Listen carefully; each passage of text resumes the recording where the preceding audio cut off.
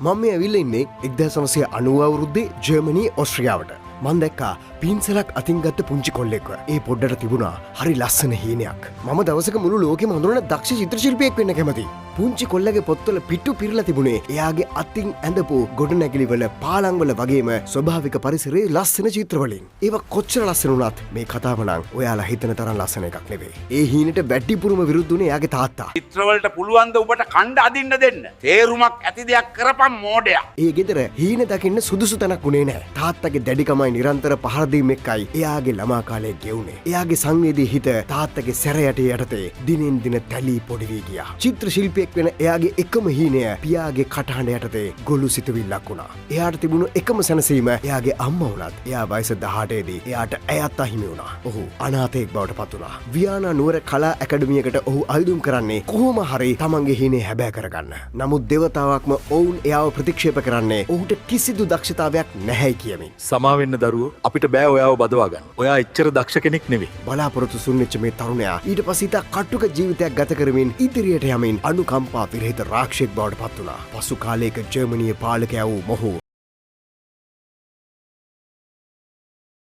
ලෝක ඉතිහාසයටම කළු පැල්ලමක් වන ඔහු නමින් ඇඩොල්ෆ් හිට්ලර්. මේ කතාව දැකපු මම මගෙන්ම ආපහු අහපු දෙයක් තියෙනවා. මේ වගේ තවත් නම් ගොඩාක් කතා ඇති. අපි අද දුෂ්ටයෝ කියන මේ මිනිස්සු මේ ලෝකෙට ඉපදුනෙත් නරක මිනිස්සු විදිහටද? නැත්නම් මේ ලෝකෙට දුෂ්ටයෝ නිර්මාණය වුණේ මිනිස්සුන් අපිම තවත් මිනිසෙට කරපු කියපු දේවල් නිසාද? Villains are not born, they are made. අපි හැම කෙනෙක්ම කවදා හරි දවසක මේ ලෝකේ අතහැරලා යයි. ඒත් ජීවත් වෙලා ඉන්න ටික කාලෙදී තව කෙනෙක්ගේ හීන නැති කරන, නිදහස නැති කරන, ජීවත් වෙලා ඉන්න මිනිහෙක්ව පන්න පිටින් සෝනකට තල්ලු කරන තවත් මිනිසෙක් නොවීමු. මේකට හිතන්න දෙයක් එකතු කරපු විනාඩි කීපයක් විතරයි. ආයෙත් මුණ ගැහෙනකල් මතු සම්බන්ධයි.